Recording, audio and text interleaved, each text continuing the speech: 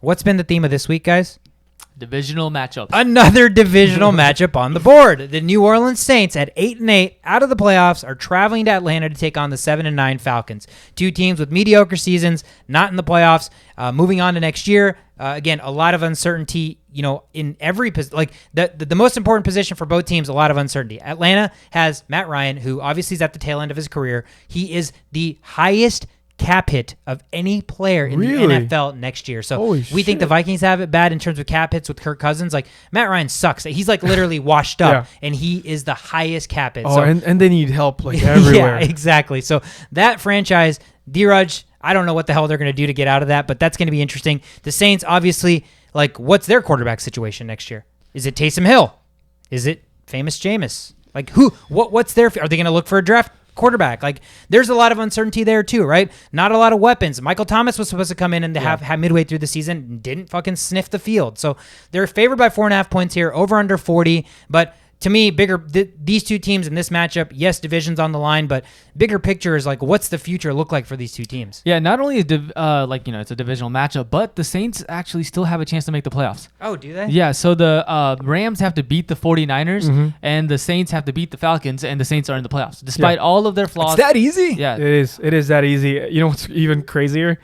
The Saints have a total of 300.5 yards per game this season.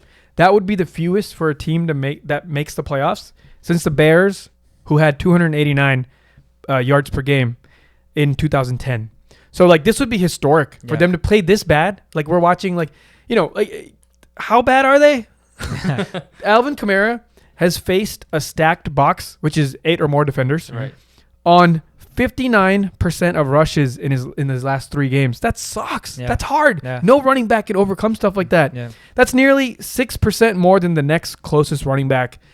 There's a lot of things going against the Saints right now. So I would take my hat off and just, congratulate their organization for making the playoffs if this happens, because they're not going to go very far. Kudos if they do make the playoffs. Kudos to them.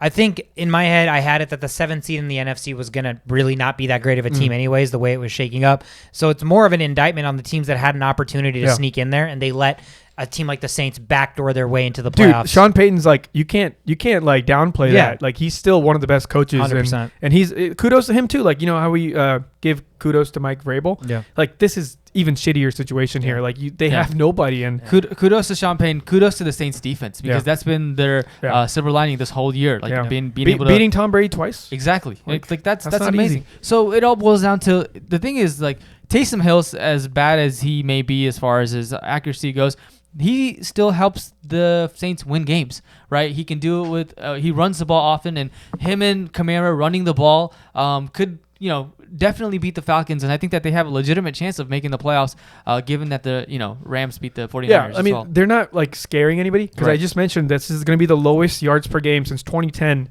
for a team to make the playoffs. That's like, they're not moving the ball. Yeah, they're punting so much, and Taysom Hill's really not like, throwing the ball downfield with all his fast receivers. They're not utilizing the only thing their receivers are good at, right? So it would be nuts for them to make into the playoffs. I don't know what they're going to do. What if they have to face Tom Brady at some point? Yeah. Ooh. Then things get interesting. Kryptonite. Yeah. Also, the Falcons aren't very good either. Falcons are Russell Gage and Pitts, right? And then so you stop Patterson, and you definitely have a legitimate chance of beating the Falcons. Yeah. Also, you mentioned shout out Sean Payton. Shout out Kevin James, who will be playing Sean Payton. Oh yeah, in a movie. In this movie soon. That looks so fucking bad. I don't know why I dislike Kevin James. Really? Yeah. I watched King of Queens. King of Queens. I used to watch that religiously. That actually, was so funny. He's funny. Yeah. That show used to be funny to me. I liked his wife. But Chuck and Larry, that's one of my favorite. Oh, it's so funny. Adam Sandler. Hilarious movie. But then after that whole mall cop thing, Paul Blart was shitty. Man. Yeah, I think I'm with you. Hitch. Yeah, Hitch is another. I forgot he was in that, because it's just so Will Smith. Yeah. But yeah, exactly. So he's an unsung hero, just like the Saints. Yeah. Just a weird movie idea to begin with, but whatever. Yeah, for the Falcons, I read a report today that they think Calvin Ridley's future with the team is uncertain. I know he was seeking help. I don't know if it's just because of that he's going to need more time, or if they're going to part ways with them, because they said like the asking price for Ridley would be huge. So are they looking to trade Calvin Ridley? Calvin Ridley might just not want to play football again. Could be. Very well could be the case. But that's also an offseason storyline that's going to be intriguing, because if he does want to play football, just not in Atlanta, all of a sudden you're possibly opening up like a wide receiver number 1 in an open market to see what teams would bite. So that should be interesting there. Let's jump into the next game.